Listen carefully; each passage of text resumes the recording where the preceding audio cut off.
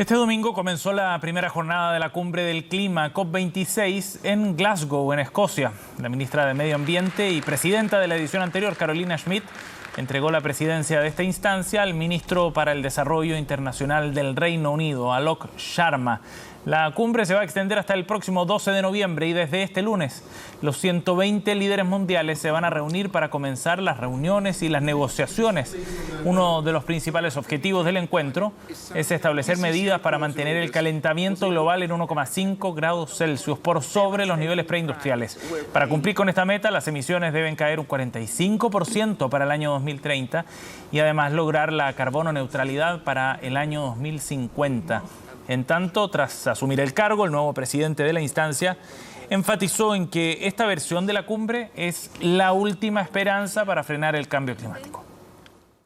Chile ha hecho entrega de la presidencia de la COP aquí en Glasgow, habiendo logrado incorporar a la ciencia como base de todas las decisiones climáticas y a los océanos como uno de los pilares para la acción climática global en el proceso de la COP. Quiero hacer un llamado muy importante a los líderes del G20, justamente a cumplir con sus compromisos climáticos y presentar, como lo ha hecho Chile, sus NDC y estrategia climática de largo plazo que permitan alcanzar la carbono neutralidad como nos pidió la ciencia. Bueno, vamos a analizar este evento y también lo que ha ocurrido en la gestión de Chile, que entregó la presidencia, como decíamos, a manos del gobierno británico. Estamos en conversación con el director de Greenpeace, Matías Azun, para analizar este tema. ¿Cómo estás, Matías? Gracias por conversar con nosotros. Buenas tardes, Sebastián. Buenas tardes. Matías, bueno, antes de entrar en el detalle respecto al rol de Chile en esta cumbre y en la gestión pasada, ¿cuáles son tus expectativas respecto a esta COP26? Bueno, la COP es una de las reuniones más importantes de la historia de la humanidad en términos de importancia política, y en esta COP en particular se están jugando justamente cuestiones fundamentales como son el presupuesto que vamos a transferir a las naciones en desarrollo, desde aquellas que se desarrollaron generando efectos climáticos, y muy particularmente vamos a ver durante las próximas 2 semanas, hoy día esto empezó hace algunas horas, si los países realmente se comprometen a dejar atrás sobre todo las fuentes fósiles de carbón. Ajá. Y vamos a ver también qué va a ocurrir con el tercer aspecto, que es el más complejo, que tiene que ver con las compensaciones, con un mercado de compensaciones sobre los cuales hay varias organizaciones y empresas, fundamentalmente, rubros de empresas, presionando para compensar, es decir, para jugar, en resumen, al comprahuevo. Te doy uno, tú me das otro, y finalmente terminamos en nada, y sí, terminamos sin cambiar las bases de la economía que llevamos a nivel planetario. Son esas las cosas que se están jugando en esta COP en particular. Matías, ahora, para alcanzar las metas que se están planteando y bajar, por ejemplo, en un 45% las emisiones para el año 2030, trazar un camino hacia la carbono neutralidad, se necesitan compromisos concretos, me imagino, ¿no? ¿Tú crees que hay espacio, que hay piso político como para llegar a cambios y compromisos bien ambiciosos en esta ocasión? Ya estamos en el ejercicio de la fe. Yo quisiera creer que sí. Yo quisiera creer que efectivamente las presiones globales y los datos de la ciencia son fundamentales en demostrar que no existe posibilidad alguna de seguir acumulando riqueza con un modelo productivo a nivel global, ¿no? tan destructivo, que tiene además tantos costos en términos de pérdida de biodiversidad, de pérdida finalmente de condiciones que permitan una vida digna en el planeta. La propia COP, la propia Naciones Unidas el otro día señalaba que era hipócrita pensar en nosotros, olvidar la condición de especie de la raza humana, ¿no? Este dinosaurio que pone, metafóricamente de lo que estaban hablando justamente es del sufrimiento masivo que va a sufrir la vida en el planeta si no se consiguen esos resultados. Yo quisiera creer que efectivamente la presión de las personas no va a amainar, y aunque seguramente los resultados en esta COP van a estar como siempre ha sido en las COP, ¿no? Sopesándose hacia el final, yo quisiera creer que por lo menos hemos avanzado, sobre todo por presión de la sociedad civil, y que vamos a seguir haciendo ese trabajo, sí, porque es el único que nos queda por hacer. Aunque hoy día concluye la reunión del G20 sin grandes anuncios, ¿no? Se esperaba que de alguna manera hubiera algunos guiños o señales más concretas. ¿Crees tú que ese puede ser un mal anticipo de lo que venga en la COP? El problema central es la hipocresía, ¿no? Son países que dicen una cosa y hacen otra. Y lamentablemente Chile de eso no está exento.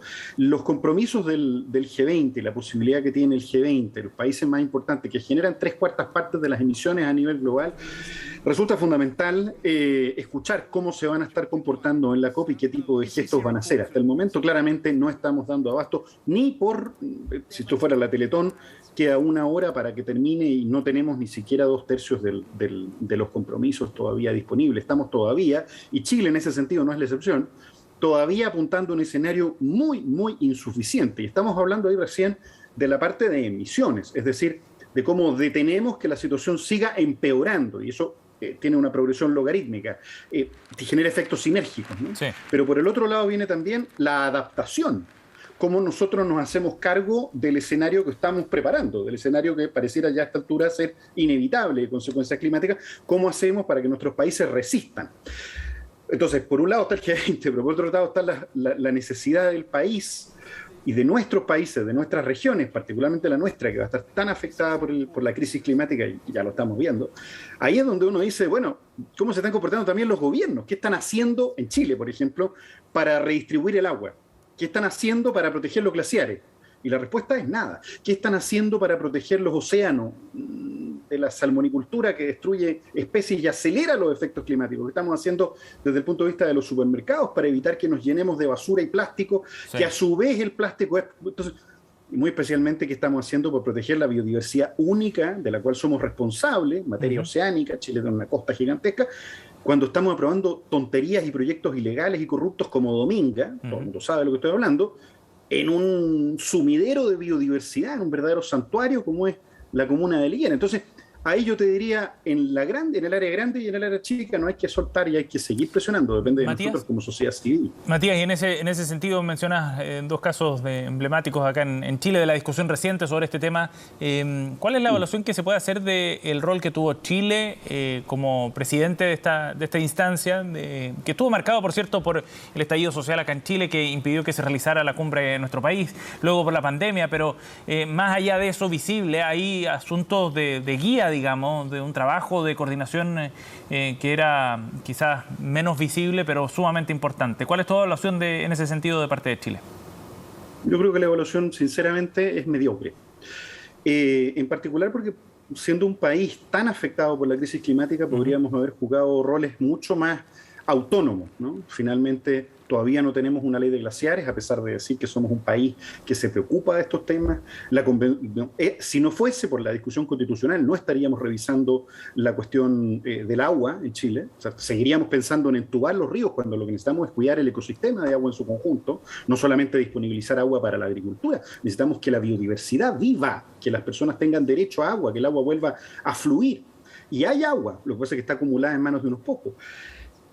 No, seguimos aprobando salmoneras en los mares del sur, manchando desde ese minuto, incluso en parques nacionales, marchando nuestros compromisos climáticos, pero quizás el aspecto que nos deja más en ridículo a nivel internacional y sobre el cual yo esperaría que la ministra también se pronuncie de manera enfática, y también las autoridades ambientales. El propio presidente ha tenido que salir a dar explicaciones que no nos han servido porque no tenemos una respuesta respecto de cuándo se termina el proyecto Dominga. ¿Qué es lo que va a pasar con Dominga? ¿No? Este escándalo internacional que nos tiene verdaderamente humillados. Hay que recordar que el poco presidente dijo, él inventó este lema, sin azul no hay verde, decíamos en la COP pasada, ¿no? Sí. Y resulta que él mismo se comprometió explícitamente como presidente a proteger el santuario que es la Reserva Pingüino de Humboldt. Ese santuario hoy en día está amenazada por dos proyectos, por Cruz Grande y muy particularmente por Dominga, en el cual directamente sus propios abogados estuvieron interesados. Él dice no saberlo, pero sus abogados estuvieron interesados. Ese proyecto implica 2 relaves mineros, dos rajos gigantescos con tronadura que van a afectar los cursos de agua, una operación minera de gran escala y un puerto que, además del ruido, que por supuesto afecta a especies que se comunican en el mar, como los delfines, sobre todo las ballenas que vienen a buscar a esta zona rica en alimentos, refugio, desde todo el mundo vienen, y ese lugar resulta que la termoeléctrica no, pero minas con tronadura y dinamita sí, con antecedentes que están obsoletos. Hay que recordar que la evaluación de Dominga, con tanto traspié y tanta incompetencia que ha tenido la empresa para demostrar, si no fuera por la corrupción, este proyecto estaría muerto. Pero el punto es que los estudios ambientales de Dominga tienen 8 años. Es decir, Hay antecedentes sobre el estado de especies en peligro de extinción que tienen 8 años y fueron aprobados. Y el escenario de emisiones y de pérdida de hábitat sigue empeorando. Y le entregamos este permiso a este proyecto. Entonces, no por nada, más de 80.000 personas se han inscrito en la página web noadominga.cl para exigirle a las personas, a las autoridades, que voten este proyecto de una bendita vez. Sí, no puede ser que en medio de la crisis climática que estamos viviendo, donde Chile va a haber una reducción de sus fuentes de agua, una reducción de sus hábitats, permitamos que tonterías como estas sigan bien. Es increíble. Y tiene que ver finalmente con la coherencia de las acciones puntuales, específicas, desarrollar y con los discursos que efectivamente se han planteado. Matías, gracias por conversar con nosotros. Queremos aprovechar también para recordarles que en CNN Chile tendremos una completa cobertura esta semana de lo que se desarrolle en la COP26, de las discusiones y los compromisos también que se asuman allí en esa instancia. Gracias por el contacto, Matías. A usted.